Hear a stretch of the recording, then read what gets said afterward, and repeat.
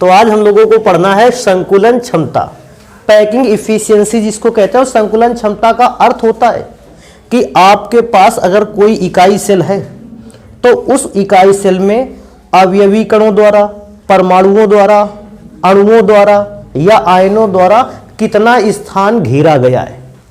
एक इकाई सेल में अवयवी कण जितना स्थान घेर लेते हैं उस स्थान को ही कहते हैं संकुलन क्षमता या पैकिंग इफिशियंसी। जिस इकाई सेल में अवयवी कणों ने ज्यादा से ज्यादा स्थान घेर रखा है उसकी संकुलन क्षमता ज्यादा है, और जिस इकाई सेल में अवयवी कणों ने कम से कम स्थान घेर रखा है तो बेटा उसकी या उस इकाई सेल की संकुलन क्षमता कम है। तो सबसे पहले डिफिनेशन लिखेंगे कि संकुलन क्षमता होती क्या है। तो लिखेंगे, देखो, किसी इकाई सेल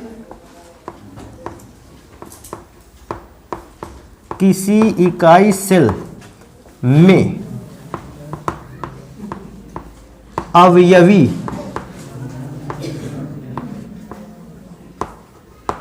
अवयवी कणों द्वारा घेरा गया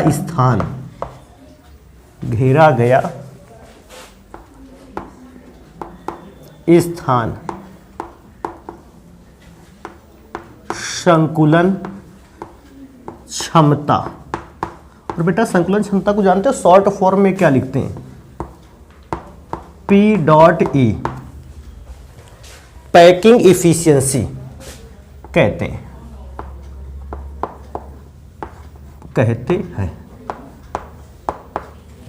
और अगर कभी फॉर्मूला भी पूछता है कि संकुलन क्षमता का क्या कोई फॉर्मूला होता है, बिल्कुल होता है। देखो ध्यान से, यहां लिख देते हैं।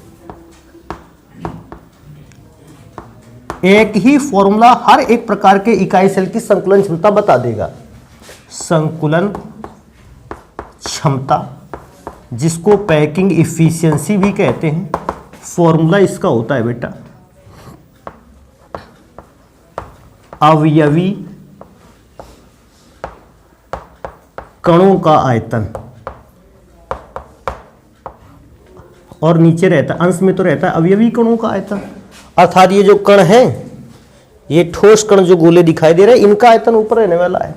नीचे रहता है यूनिट सेल का आयतन। यूसी का मतलब जानते हो ना, इकाई सेल, यूनिट सेल जिसको कहते हैं, इकाई सेल का आयतन। थोड़ा सा और ध्यान देने वाली बात है, अगर पैकिंग इफिशियंसी को परसेंटेज में पूछता है, प्रतिशत वैल्यू में रिप्रेजेंट करने के लिए पूछता है, बेटा आप 100 से मल्टीप्लाई करवा दोगे। पैकिंग इफिशियंसी को परसेंटेज वैल्यू में आसानी से रिप्रेजेंट कर सकते हैं। अगर इस सूत्र द्वारा निकाली गई पैकिंग इफिशियंसी तो इसको 100 से मल्टीप्लाई कर दें। वैसे मैं अगर थोड़ा सा ज्ञान दूं तो मल्टीप्लाई 100/100 का होता है, 100 का मल्टीप्लाई नहीं होता है, 100/100 का होता है। लेकिन क्योंकि प्रतिशत प्रत्येक 100 में से हिस्सा बताना होता है तो आप इसको ऐसे भी तो लिख सकते थे, 1/100। प्रत्येक 100 में से बने हिस्से को ही आप क्या कहते हो, प्रतिशत। तो अगर आप चाहो तो डायरेक्ट बाद में भी यूज कर लेंगे, 100 से मल्टीप्लाई करके वैल्यू को प्रतिशत इफिशियंसी में चेंज कर सकते हैं। लेकिन अभी क्या है, 100 को दूर रखेंगे भी। तो पैकिंग इफिशियंसी को निकालने का फॉर्मूला है अवयवी कणों का आयतन अंश में रखना है और हर में आपको रखना है इकाई सेल का आयतन। अभी जरा ध्यान देते हैं कि हम लोगों के कोर्स में मैंने बताया भी था 3 प्रकार के इकाई सेल हैं और उन तीनों प्रकार के इकाई सेलों का पैकिंग इफिशियंसी निकालना आना चाहिए। पैकिंग इफिशियंसी की वैल्यू कितनी होती है ये बात एक अलग है, वैल्यू रट के आ गए, लेकिन आपको निकालने का क्रम भी पता होना चाहिए। आपसे पूछ भी सकता है कि बताओ सरल या आद्य इकाई सेल की संकुलन क्षमता कितनी होती है, इसको निकाल करके भी दिखाओ। तो सरल या आद्य इकाई सेल की संकुलन क्षमता को हम कहते हैं पैकिंग इफिशियंसी ऑफ सिंपल या प्रिमिटिव। सिंपल को एक और नाम से जानते हैं प्रिमिटिव यूनिट सेल। तो बेटा अगर इसकी इकाई सेल की अगर आप संकुलन क्षमता निकालने जाओगे तो संकुलन क्षमता में देखो 2-3 चीजें बच्चों को बिल्कुल पता होनी चाहिए। संकुलन क्षमता में सबसे पहले तो जिस प्रकार का इकाई सेल पढ़ रहे हैं, पहली बात पता होना चाहिए कि अवयवी कण कहां पर होते हैं।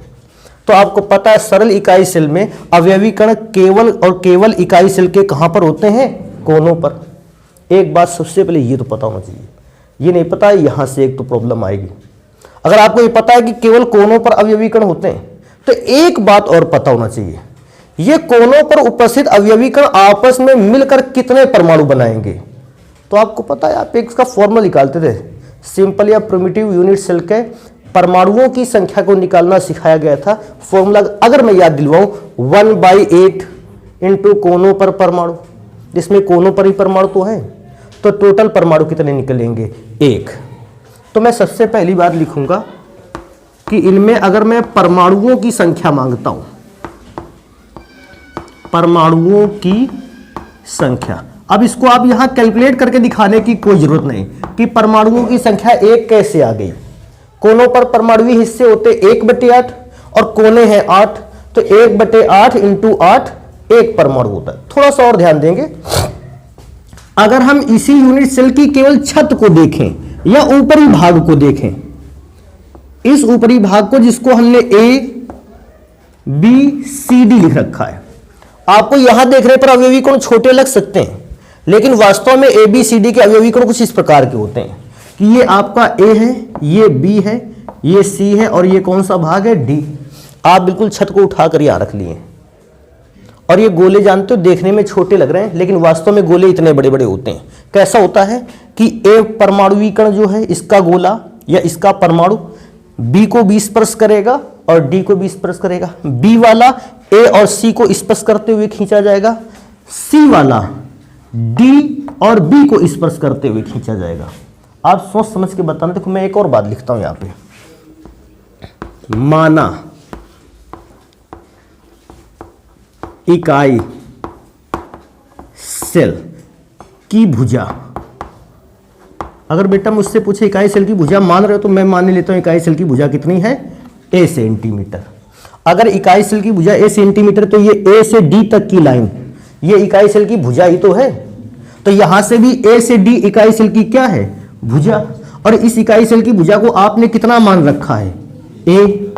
और थोड़ा सा भी ध्यान दोगे, ये A से D तक जो इकाई सेल की भुजा है A, ये गोलों की कितनी त्रिज्याओं को मिलाकर प्राप्त हो रही है।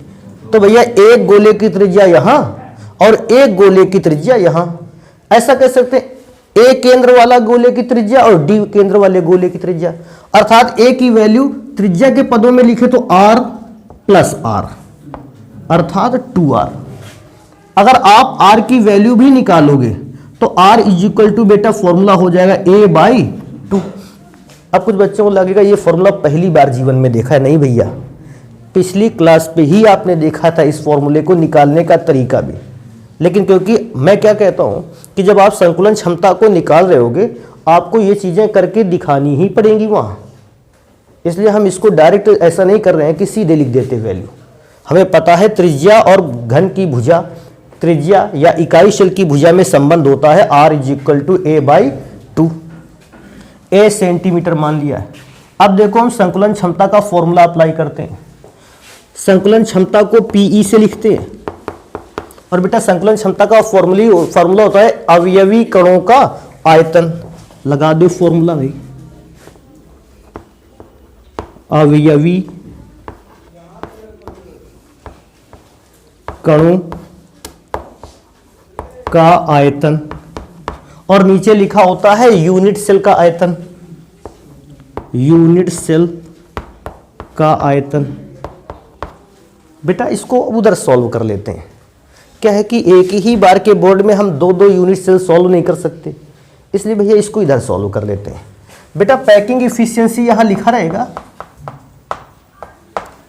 अवयवी कणों का आयतन बताना है ना। अवयवी कणों का मतलब है इनका आयतन बताना है। बेटा मैं इसको कई बार मैंने इसका अवयवी कण या अवयवी कण होते हैं गोलाकार, और जिस भी त्रिज्या के गोले होते हैं उसकी त्रिज्या कितनी होती है, R। अगर गोलाकार है अवयवी कण तो बेटा जो फॉर्मूला भी लगेगा अवयवी कण के आयतन का, वो लगेगा गोले के आयतन का सूत्र, और गोले का आयतन का सूत्र होता है 4/3 पाई R3। सबसे पहले तो मैं इस बात को रिपीट करता हूं भैया, पूछ लेता हूं एक ही बार में। क्या किसी बच्चे को इस बात से समस्या है कि लिखना था अवयवी कण का आयतन और सर जी ने लिख लिया गोले का आयतन? तो अवयवी कण का आकार कैसा होता है, गोलाकार, क्योंकि सर जी अवयवी कण गोलाकार होते हैं। बेटा आप देखो एक परिभाषा बताते हैं, प्रत्येक पदार्थ छोटे छोटे कणों से मिलकर बना है और इन छोटे छोटे कणों को कहते हैं परमाणु, और परमाणु की आकृति होती है गोलाकार। तो जो इसमें भी अवयवी कण लगे हैं वो भी कैसे हैं? गोलाकार। तो अवयवी कण कोई भी हो, इसकी आकृति कैसी होती है? गोलाकार, क्योंकि गोलाकार होती है अवयवी कणों की आकृति। इसलिए जब अवयवी कणों का आयतन निकालने के लिए बात आई तो मैंने गोले का आयतन ऊपर लिखा। अब कहता है सर जी यूनिट सेल इकाई सेल का आयतन लिखो, तो कोई बच्चा कहेगा इसमें भी सर जी गोले का आयतन का सूत्र लगा दो। बिल्कुल भी गलत है, क्योंकि यूनिट सेल इकाई सेल जो है वो किसके आकार का है? घन के आकार का। तो जब नीचे इकाई सेल का आयतन लिखेंगे तो हम उसका काहे का आयतन लिखेंगे? घन का आयतन।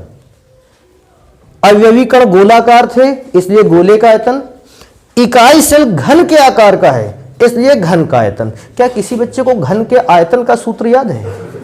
भुजा का क्यूब, और भुजा कितनी है? ए का क्यूब।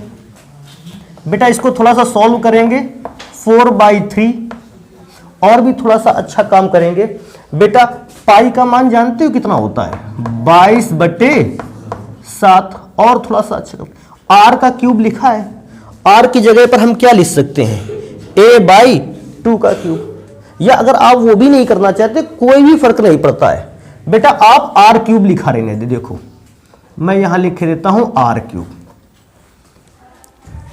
आगे क्या लिखा हुआ है? ए का क्यूब। तो बेटा ए की जगह पे कितना रख दिया जाए? 2r। तो अगर ए की जगह 2r रखोगे तो बेटा ए की जगह होगा 2r का क्यूब। और इसको सॉल्व करोगे, बेटा इसको सॉल्व करोगे तो देखो अभी तो कुछ कटने वाला नहीं, 4 × 22 × r क्यूब अपॉन बेटा 3 का गुना हो जाएगा 7 में और 2 का करोगे क्यूब तो जानते हो कितना आ जाएगा? 8।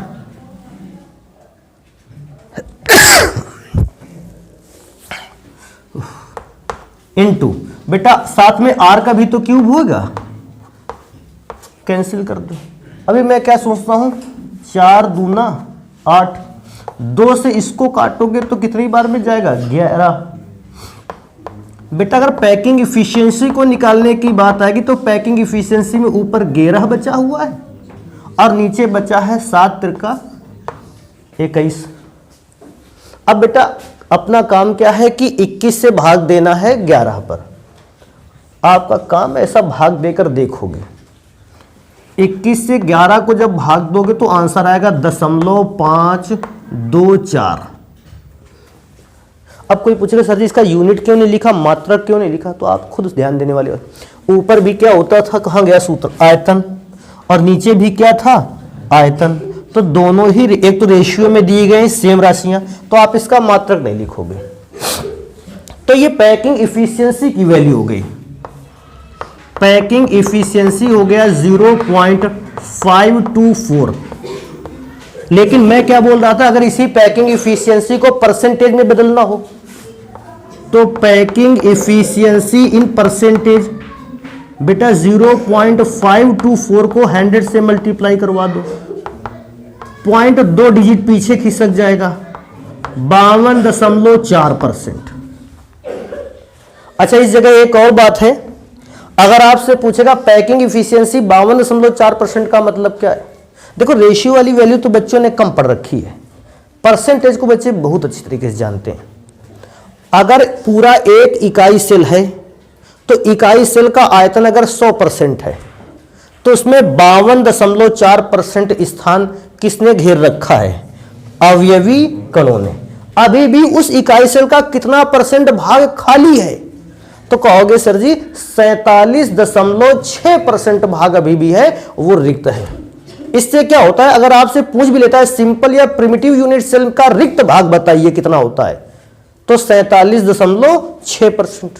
क्योंकि हम इस बात को अच्छी तरीके से जानते हैं कि इसकी पैकिंग इफिशियंसी का परसेंटेज वैल्यू जो है वो है 52.4%। क्या निकालना जान जाओगे इस बात को? एक काम करो, इसको नोट करो, नेक्स्ट टाइप के यूनिट सेल को पढ़ते हैं फिर।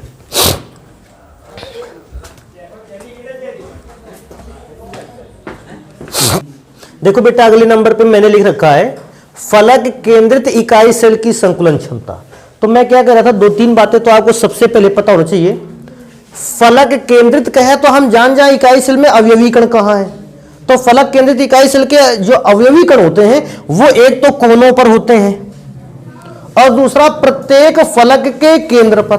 तो देखो ये इस फलक के केंद्र पर, नीचे वाली फलक के केंद्र पर, बाएं हिस्से की फलक के केंद्र पर, ये ऊपर वाली फलक के केंद्र पर अर्थात छत पर। और ये जो दो अवयवी कण दिख रहे हैं, एक पीछे की दीवार पर है और ये एक आगे की दीवार पर उपस्थित अवयवी कण है। अब बेटा देखो इसी फिगर को थोड़ा सा अच्छा करेंगे। अच्छा क्या करेंगे कि भैया इसके छत वाला हिस्सा केवल बनाकर तैयार करेंगे बेटा। छत वाला ए, इसको बी मान लेते हैं। तो देखो छत वाला हिस्सा कुछ इस प्रकार से बनकर तैयार होगा बेटा। ये है ए, ये है बी, ये है सी और ये वाला है डी। एक तो देखो ए बी सी डी के बीचों बीच एक कण रखा है छत पर। तो ये देखो मैंने बना दिया, ये बीचों बीच रखा हुआ कण। और इसको बड़ा बना लेते हैं। ये है छत पर रखा हुआ कण। एक अवयवी कण रखा है बी पर, तो बेटा ये बी पर रखा हुआ अवयवी कण हो गया। एक रखा है डी पर, तो एक अवयवी कण हो गया डी पर। हालांकि एक अवयवी कण और भी रखे हैं ए और सी पर, लेकिन ए और सी पर रखे हुए अवयवी कणों को बनाने की जरूरत बिल्कुल भी ज्यादा नहीं है। बनाना चाहे बना सकते हैं, ना बनाना चाहे तो भैया ऐसे ही सवाल को सॉल्व कर सकते हैं। कैसे सवाल को सॉल्व करेंगे उसके लिए आएंगे। सबसे पहली बात तो मैं आपसे पूछूंगा एफसीसी। एफसीसी का मतलब जानते हो? फेस सेंटर्ड यूनिट सेल में परमाणुओं की संख्या क्या होती है? परमाणुओं की संख्या क्या होती है? आप डायरेक्टली बता सकते हैं, डायरेक्टली बता दीजिए 4। और आपको ऐसा लगता है कि सर जी डायरेक्टली बताना मेरे लिए अब कठिन हो गया है, हम थोड़ा सा भूलने लगे हैं पुरानी बातें। देखो मैं बता रहा हूं, लेकिन भैया इनको बिल्कुल ढंग से तैयार रखो। मैंने सारी उस दिन भी कहा था इस प्रकार का इकाई सेल आपको दिखाई भर पड़ जाए, देख के ही बच्चे को बता देना चाहिए कितना परमाणु है। कैलकुलेशन तो बहुत दूर की बात है, उसको ध्यान ही नहीं देंगे अभी। लेकिन अब क्योंकि आपको नहीं याद है 4, मैं लिख के दिखाता हूं उसको। बेटा बताओ कोनों पर अवयवी कण है ना, तो कोनों पर अवयवी कण का हिस्सा कितना होता है? 1/8। टोटल कोने कितने हैं? 8। फलक पर अवयवी कण का हिस्सा होता है 1/2। और इस घन के आकार के इकाई सेल में टोटल फलक कितनी है? 6। बेटा 8 से 8 को कैंसिल करेंगे, 2 से 6 को कैंसिल करेंगे, यहां पर 1 परमाणु आ गया, यहां पर 3 परमाणु हो गए। टोटल कितना हो गया? 4 परमाणु। वैसे मैं क्या बोल रहा हूं, इसको वैसे भी नॉर्मली आपके सामने एफसीसी आ जाए, 2 बातें तो आप पहले से ध्यान रखो। क्योंकि सर कौन सी 2 बातें? एक तो परमाणुओं की संख्या 4 और दूसरा उस एफसीसी की भुजा और त्रिज्या में संबंध। भुजा और त्रिज्या में संबंध का मतलब है 4a बराबर √2a, 4r बराबर √2a। अब नहीं है तो उसको भी देखेंगे। देखो तो ये परमाणु वाली बात आ गई। फिर इसके बाद माना चाहे घन की भुजा कह दे और चाहे कह दे इकाई सेल की भुजा। इकाई सेल की, बेटा मैं नीचे लिखे दे रहा हूं भुजा, आप सबको अच्छी तरह से याद है इकाई सेल की भुजा को a सेंटीमीटर मान लेना है, क्योंकि ये तो बचपन से करते चले आ रहे। बेटा अगर ये BC इकाई सेल की भुजा है a सेंटीमीटर, तो जरा ध्यान से देखेंगे तो CD भी तो इकाई सेल की भुजा है a सेंटीमीटर। फिर कहोगे सर जी ये a सेंटीमीटर से मैं क्या दिखूं? तो भैया इसमें देखो ये डिग्री 90 डिग्री का कौन बनेगा? उस हिसाब से तो ये जो D से B की ओर भुजा रही है ये तो इसका विकर्ण हो जाएगा, ऊपर वाले हिस्से का कर्ण हो जाएगा। आप इन गोलों को बिल्कुल भी मत ध्यान देना। भुजा A लंब है, ये भी आधार A है। लंब और आधार अगर A है तो बेटा जानते हो कर्ण की वैल्यू क्या होती है? √2a। और अभी भी ना समझ में आया तो फॉर्मूला अप्लाई कर लेना, कर्ण का वर्ग बराबर लंब का वर्ग प्लस आधार का वर्ग। नॉर्मल है इंटरमीडिएट क्लास के लिए, इसलिए मैंने वो फॉर्मूला अब अप्लाई नहीं किया। अब सोचो ये तो विकर्ण निकलेगा a √2। अब विकर्ण अगर a√2 है तो मुझे अब ये भी देखना है कि इस a√2 में चलने पर हम गोलों के कितने त्रिज्याओं को पार करेंगे। देखो B से यहां तक चलेंगे तो R, इस गोले के पूरे व्यास को पार करेंगे। तो अगर यहां R पार किया था तो यहां पर कितना R हो जाएगा 2R, क्योंकि व्यास को पार कर रहे हैं जो कि त्रिज्या का 2 गुना है। ये फिर से रेडियस आ गई तो एक त्रिज्या यहां आ गई, तो टोटल कितना हो गया 4R। आप इसमें से थोड़े काम अच्छे भी करना चाहते हो तो ऐसे भी निकाल सकते हो। देखो कैसे, R is equal to √2a/4, ये रिलेशन आपको पता होना चाहिए। अब भैया हम संकुलन क्षमता के फॉर्मूले को अप्लाई करते हैं। संकुलन क्षमता नीचे से लिख लेते हैं थोड़ा सा, संकुलन क्षमता। बेटा संकुलन क्षमता का फॉर्मूला होता है अवयवी कणों का आयतन और नीचे होता है इकाई शेल का आयतन। इकाई शेल का आयतन। और बेटा इस फॉर्मूले पर इसको वैल्यू अप्लाई करेंगे उधर। देखो packing efficiency PE is equal to, बेटा लिखा है अवयवी कणों का आयतन। बहुत सोच समझ के जवाब देना। अवयवी कण किसके आकार के होते हैं? गोले के आकार के। तो गोले का अवयवी कण का आयतन, इसका मतलब गोले का आयतन, और गोले का आयतन होता है 4/3 πr³। एक और चीज नीचे लिखा है इकाई शेल का आयतन है।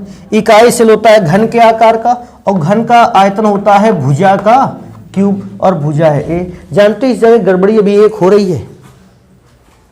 गड़बड़ी क्या हो रही, ध्यान से देखने वाली बात है। आपने अवयवी कण का आयतन लिख तो दिया फॉर्मूला, लेकिन इस बार अवयवी कण है कितने? एक गोले का आयतन होता है 4/3 πr³। आपके पास कितने गोले बन रहे हैं? 4। तो बेटा इस फॉर्मूले को और अच्छा करने के लिए 4 का क्या कर दे? गुणा। समझ पाए 4 का गुणा क्यों किया? क्योंकि एक गोले का सूत्र होता है 4/3 πr³, और आपने तो निकाले इसमें गोले के आकार के 4 परमाणु हैं। एक का आयतन 4/3 πr³, तो 4 गोलों का आयतन होगा 4 × 4/3 πr³। सॉल्व करेंगे बेटा, 4 चौके 16/3, पाई का मान 22/7, और r³ लिखा है भैया, मैंने लिख दिया r³। थोड़ा सा और ध्यान देना, नीचे a³ लिखा है क्या? तो a³ लिखा है तो भैया लिखो a की जगह पर a³। बेटा थोड़ा सा और सॉल्व करेंगे, 16 × 22, बेटा r³ लिखा हुआ है। r³ की जगह पर देखो r का क्यूब करना है। अगर r का क्यूब लिखा है तो तुम इसका क्यूब कर दोगे। तो क्या पता है √2 का क्यूब क्या होता है? कहोगे सर जी √2 का क्यूब होता है 2√2, नहीं होता है। a का क्यूब होता है a³ अपॉन 4 का जो क्यूब होता है 4 चौके 16 चौके 64, नीचे लिखा है 3 × 7, और भैया साथ में a³। अगर ये वाली लाइन किसी बच्चे को ना समझ में अभी भी भैया पता कर ले। देखो 16 × 22 लिख दो, r की घात 3 लिखा था तो तुमको r की जो वैल्यू है उसकी घात 3 करनी है। √2 का क्यूब करोगे तो 2√2, a का क्यूब करोगे a³, हर में क्या लिखा हुआ है 4, तो 4 का भी तो क्यूब करोगे, तो नीचे हर में 4 लिखा था, 4 का क्यूब हो जाएगा 64। सॉल्व कर लो, 16 चौके 64, 2 दूना 4, 11 दूना 22, a³ से a³ कट गया, ऊपर बचा 11/21 इंटू, बेटा अगर थोड़ा सा भी ध्यान दोगे तो ऊपर की लाइन पे √2 केवल बचा है, तो √2 लिख लीजिए। बेटा 11/21 की वैल्यू अभी कुछ देर पहले आपने निकाली थी, और आपने निकाली थी 0.524, और जानते हो गड़बड़ी मेरे से क्या हो रही है, √2 लिखा होना चाहिए। और √2 की वैल्यू अगर किसी बच्चे को पता है बहुत अच्छा है, नहीं पता है तैयार रखो 1.414। तो packing efficiency is equal to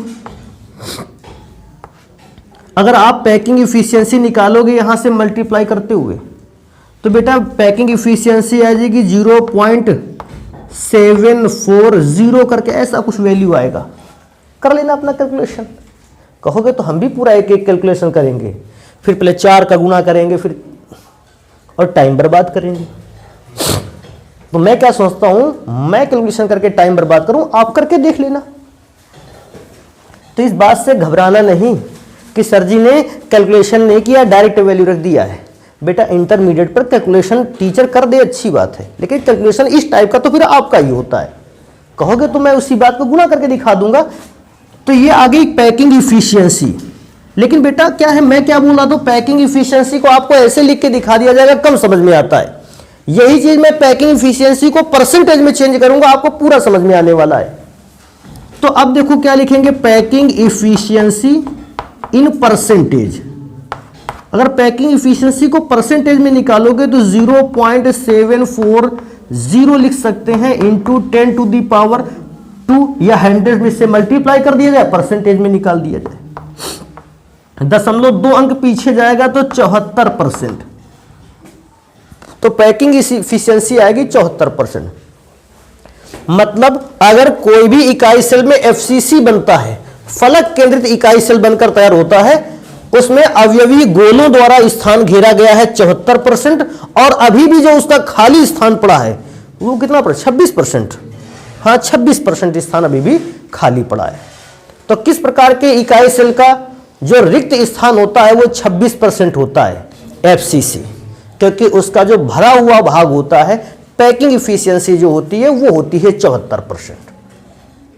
तो आप इसको नोट करेंगे। एक लास्ट प्रकार का इकाई सेल है, उसको भी पढ़ते हैं। लिखा है अंतः केंद्रित इकाई सेल की संकुलन क्षमता, या इसी को कह सकते हैं packing efficiency of body centred unit cell. Body centre unit cell का मतलब है अवयवीकरण कोनों पर तो होने वाले ही है, एक अवयवीकरण उस पूरे इकाई सेल के केंद्र पर होगा। देखो इसको मैंने कैसे बना के रखा है, ए वाला केंद्र ये है, सी ये है, और बेटा बी का हिस्सा ये है। थोड़ा सा इस पर ध्यान देंगे। सबसे पहली बात, कितने अवयवीकरण या कितने परमाणु होते हैं, तो मैं यहां लिखूंगा चाहे अवयवी कणों की संख्या या परमाणुओं की संख्या, अवयवी कणों की संख्या। जानते हैं अवयवी कणों की संख्या इसमें कितनी आएगी, तो मैं क्या बोला था, याद करके ही रखना है, 2। कहेगा कितने से सर जी 2 आएगी, तो देखो कोनों पर अवयवी कण है 8 जगह पर है, हिस्सा 1/8 होता है, तो 8 × 1/8 कितना हो जाएगा, 1। और केंद्र पर एक कण है, हिस्सेदारी भी 1 की होती है, तो 1। तो टोटल कितने परमाणु बन जाएंगे, 2 परमाणु। हाँ अब इस जगह एक और चीज को ध्यान देंगे। अगर घन की भुजा को A मान लिया जाए, तो देखो यहां लिखते हैं, माना या तो आप कह दें घन की भुजा, यह कह दे इकाई सेल की भुजा, इकाई सेल की भुजा, और इकाई सेल की भुजा को मानते हैं A सेंटीमीटर। ध्यान रखना, अगर ये भुजा A सेंटीमीटर है तो B से D तक आने वाली भुजा भी कितने सेंटीमीटर होगी, A। सोचो ये जमीन पर मैं बता रहा हूं, आप जिस किनारे पर बैठे होंगे उस किनारे से दीवार, और इस दीवार के सामने की भुजा, ये सामने की, ये इधर किनारे की भुजा कमरे पर। बेटा इस लाइन और इस लाइन के बीच का कोण कितने डिग्री होता है, 90 डिग्री। तो उस हिसाब से तो ये जो BC लाइन है, BC लाइन है, ये कौन सी भुजा हो गई, कर्ण। और आपने पढ़ा अगर भुजा A है तो कर्ण होता है A√2। तो ये जो BC आया है ये कर्ण है, और कर्ण है A√2। आखिरी चीज बेटा, जो A से B गई ये तो घन की ही भुजा है, अर्थात जो A से B आया है ये तो घन की भुजा A ही है। अब ध्यान देने वाली बात है, ये वाला कोण कितने डिग्री का है, तो आप देखोगे ये दीवार है, ये फर्श है। अगर घन आकार आपका कमरा है तो दीवार और फर्श के बीच का एंगल 90 डिग्री होता है। अब ये मत कह देना कि सर जी हमारे घर में दीवार बनी थी, थोड़ी सी टेढ़ी हो गई है और उसका एंगल जो है वो 90 डिग्री ना रहकर 85 डिग्री रह गया है। एक वो बात एक अलग है, बाकी इकाई शेल में से ये एंगल 90 डिग्री का ही होगा। 90 डिग्री होगा तो आधार है a√2, लंब है a। अगर आधार a√2 और लंब है a तो जानते हो इसका कर्ण कितना निकलेगा, AC। आप निकालोगे a√3, ये निकलेगा a से c की भुजा। और आप फिर से ध्यान दोगे a से c की भुजा में रेडियस, ये डायामीटर व्यास लग गया, फिर रेडियस, तो रेडियस और रेडियस मिलकर 2 रेडियस, और बीच में डायामीटर भी तो 2 रेडियस लाता है।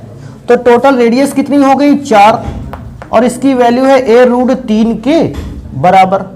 r की वैल्यू निकालोगे तो a√3/4, ये रिलेशन हो गया।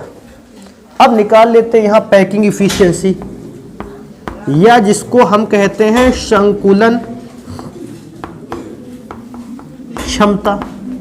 संकुलन क्षमता का फॉर्मूला होता है अवयवी कणों का आयतन अपॉन, अगर नीचे की ओर देखेंगे तो होता है इकाई शेल का आयतन। इकाई शेल का आयतन, बेटा इकाई शेल का फॉर्मूला अप्लाई वहां कर देंगे। संकुलन क्षमता को पैकिंग इफिशियंसी कहते थे। और बेटा अवयवी कण होते हैं गोले के आकार का, और गोले के आकार के होने की वजह से इसके आयतन का सूत्र लगेगा गोले के आयतन के फॉर्मूले से 4/3 πr³। लेकिन जानते इस बार क्या करें, गोले कितने बन रहे थे टोटल, 2, तो 2 का गुणा कर लेते हैं भैया। नीचे इकाई शेल का आयतन रहता है तो इकाई शेल का आयतन तो वैसे भी भुजा का क्यों, वो भुजा है a, ऐसा आपने मान रखा है। Packing efficiency is equal to, बेटा 4 का 2 में गुणा होगा 8। थोड़ा सा और ध्यान दोगे, नीचे 3 लिखा है तो 3, पाई लिखा हुआ है तो 22/7, और थोड़ा सा ध्यान दोगे r³/a³। अब r की जगह पे उसकी वैल्यू रख दो, तो PE packing efficiency is equal to 8 का गुणा हुआ 22 में। कठिन चीज है लेकिन ध्यान दो, a³ लिख दिया। कहता सर जी कठिन क्या है, यहां लिखा है r का क्यूब और आपको वैल्यू रखनी है r की, तो r की वैल्यू रखकर उसका क्यूब भी तो करना पड़ेगा। देखो मैं क्यूब बताता हूं कहां से करोगे। बेटा a का क्यूब कितना हो जाएगा, कहोगे सर जी a³ तो ये बन जाएगा। √3 का क्यूब करोगे तो जिस प्रकार से √2 का क्यूब हुआ था 2√2, √3 का क्यूब हो जाएगा 3√3। साथ में 4 का क्यूब करोगे तो कितना हो जाएगा 64, ये भी तो हो जाएगा। तो 3 से तो ये 3 कैंसिल, 8 8 64, a³ से a³ कैंसिल,